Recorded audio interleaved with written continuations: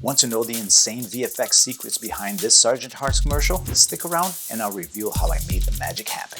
But first, the finished commercial. Mission: put some sauce on it. With Sergeant Hart's barbecue sauce, mission accomplished.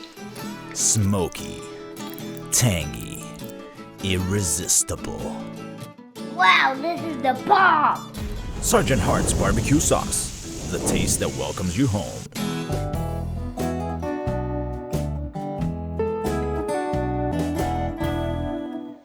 If you shop on Amazon and you like to grill, you may have heard of Sergeant Hart's barbecue sauce. I happen to live in the same town as their owner and CEO, so I asked her if she would be interested in a free commercial for her product, and she immediately accepted the offer. The promise was to deliver one 16:9 commercial and one vertical 3D promo completely free.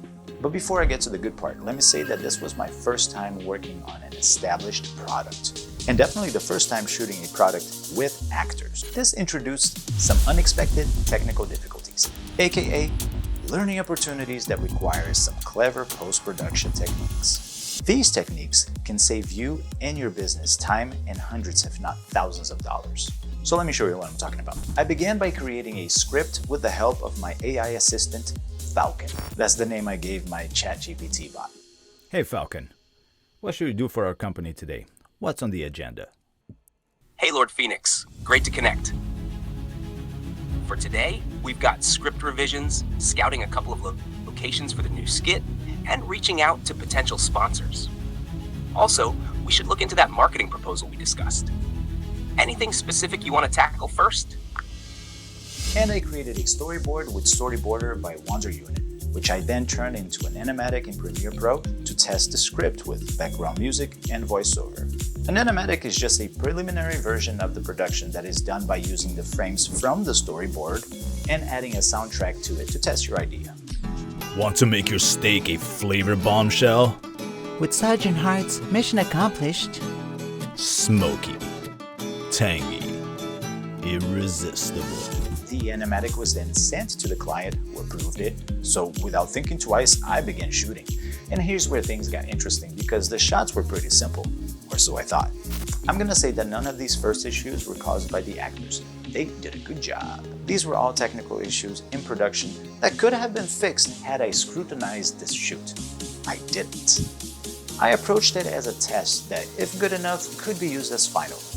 It wasn't. Our first session had a few problems that only became apparent to me later during editing. First, our steak was smaller than what was on the storyboard, which affected the composition.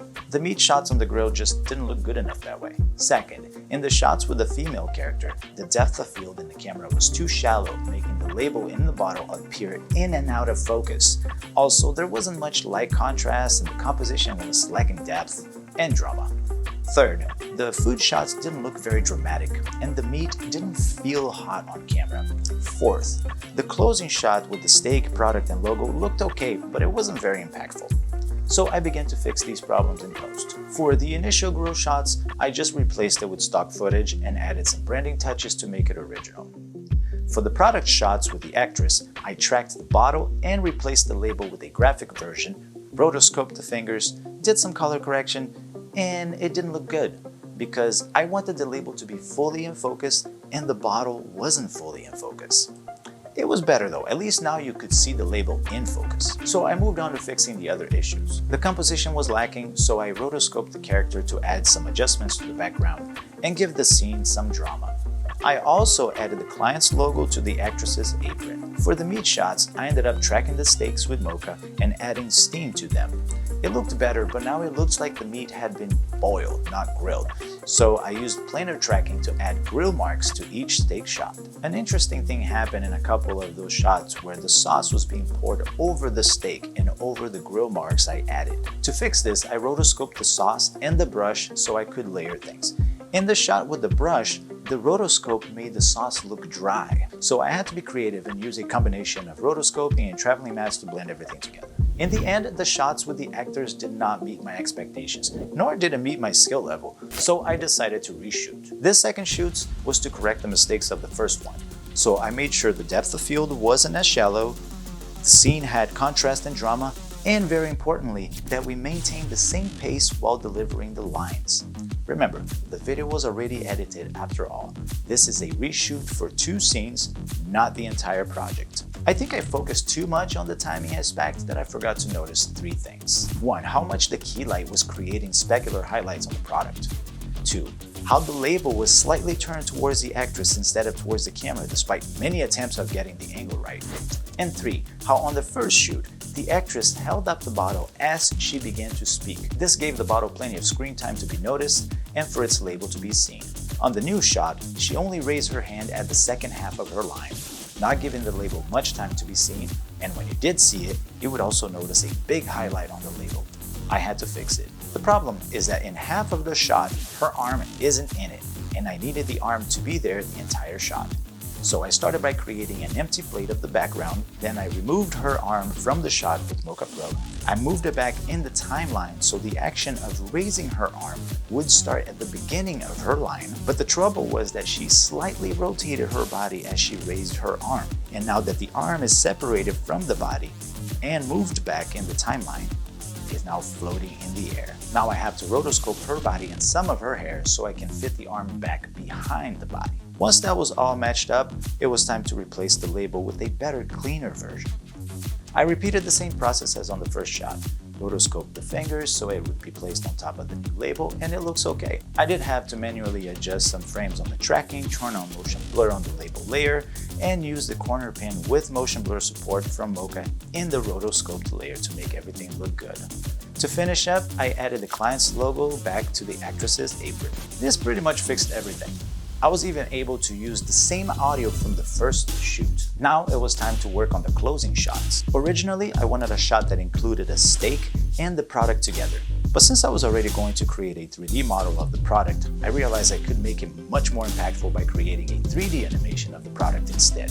I wanted something very dramatic, and since I had promised the client I was going to do some 3D work, this was a great idea. So I measured the bottle's dimensions using my digital caliper and modeled it in Fusion 360. From there, I exported the model and imported it into Blender, where I did some cleaning up to the geometry and UV maps. I brought the new model to Adobe Dimension, where I would begin creating the look of each bottle with their correct labels and textures. Then it was a matter of taking everything into After Effects and adding some camera movement, lights, fire, smoke, sparks, some reflections, making sure the 3D models react to the environment, and making sure there's a slight light wrap blending the background elements into the foreground elements. The client had also requested me to promote their new low sugar product as part of the commercial. So I filmed a simple shot in my kitchen that, in my opinion, turned out to be the best shot of the entire production.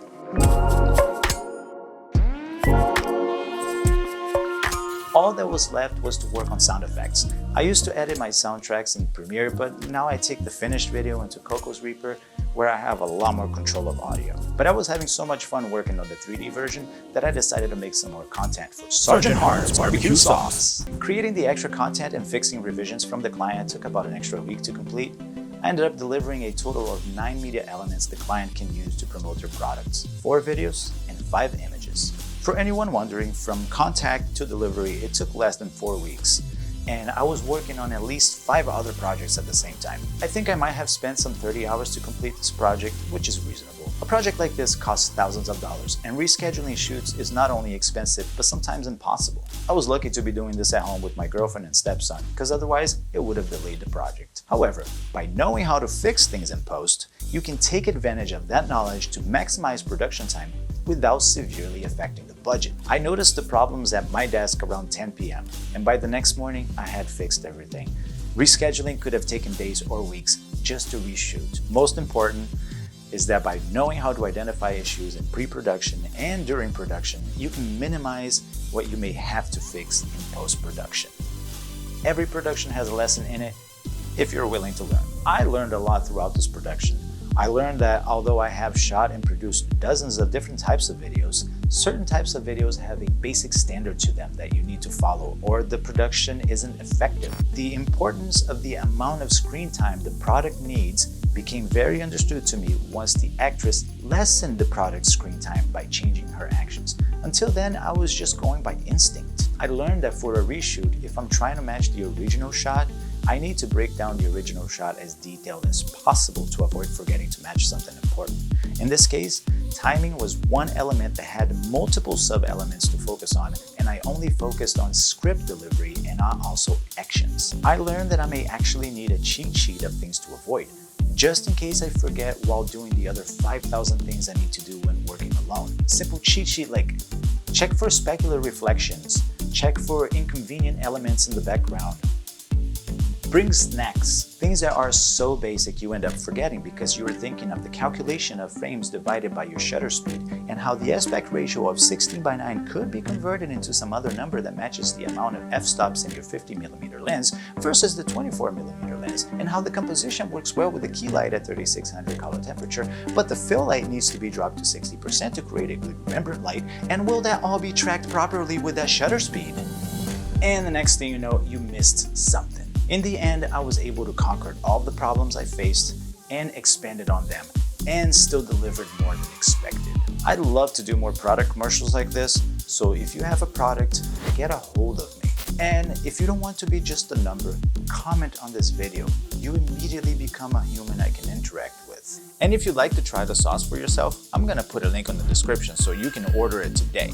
And that concludes the videos. If you have any opinions for my upcoming videos, please leave it in the comments. I will see you next time.